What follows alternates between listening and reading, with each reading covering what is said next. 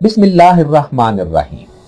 ناظرین، سن 2000 میں ایک سوئس فاؤنڈیشن تنظیم کو یہ خیال آیا کہ چونکہ 7 قدیم عجائبات عالم میں سے اب 6 اپنی اصلی حالت کھو بیٹھے ہیں، اس لیے اب 7 نئے عجائبات عالم کا انتخاب پوری دنیا میں پھیلے عجائبات میں سے بذریعہ ووٹ کیا جائے۔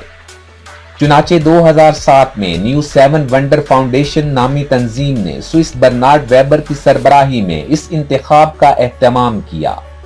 برنارڈ ویبر کی قیادت میں دنیا کے 200 حیرت انگیز موجودہ عجائبات میں سے 7 نئے عجائبات عالم کی فہرست ایک بین الاقوامی سروے کے ذریعے مرتب کی گئی۔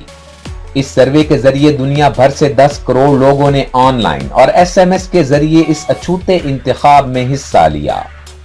چنانچہ اس چناؤ میں جن 7 عجوبوں کا انتخاب کیا گیا وہ یہ ہیں۔ نمبر 1، کولوزیم۔ یہ عمارت اٹلی کے شہر روم میں واقع ہے۔ اس کی تعمیر 70 عیسوی کے اوائل میں شروع کی گئی اور تکمیل سن 80 عیسوی کے اختتام میں ہوئی۔ 48 کینال کے وسیع رقبے پر محیط یہ عمارت جو 610 فٹ کے لگ بھگ لمبی اور 515 فٹ چوڑی ہے، اس کی باہر کی دیواریں 157 فٹ کے لگ بھگ اونچی ہیں۔ یہ عمارت مکمل طور پر قیمتی پتھروں اور کنکریٹ سے تیار کی گئی ہے۔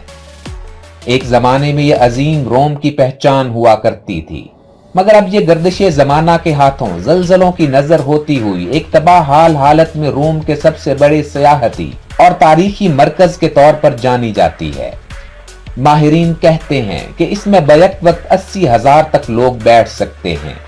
اس کے بارے میں یہ بھی کہا جاتا ہے کہ اس کی تعمیر کا بنیادی مقصد انسانوں کی وحشت ناک لڑائیوں اور خونخوار کھیل تماشوں جیسے ظالمانہ مشغلوں سے دل بہلانا تھا۔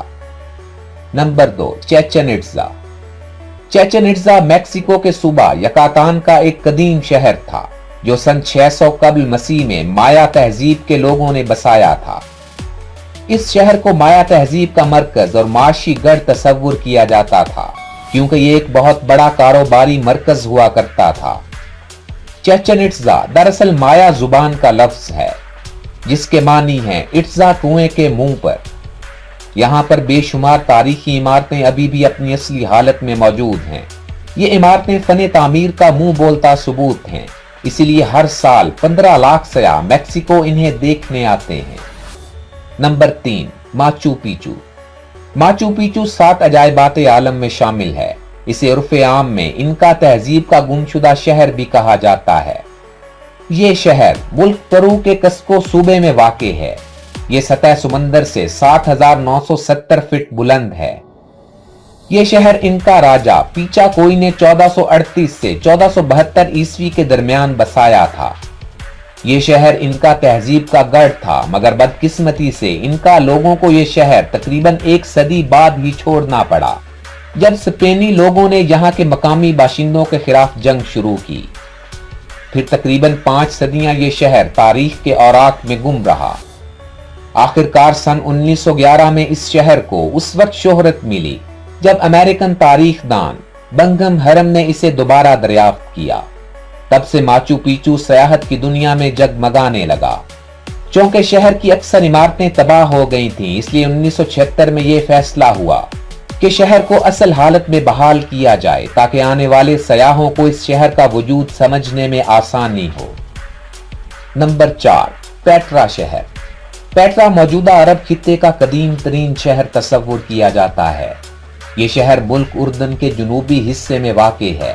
ایک اندازے کے مطابق یہ شہر 700 قبل مسیح میں نابطین باشندوں نے بسایا تھا جو 4 صدی قبل مسیح میں ان کی سلطنت کا دارالحکومت بن گیا۔ محترم دوستو، نابطین خانہ بدوش عرب تھے جنہوں نے پیٹرا شہر کو تجارتی مرکز کے طور پر آباد کر کے سرمایہ کاری کی تھی۔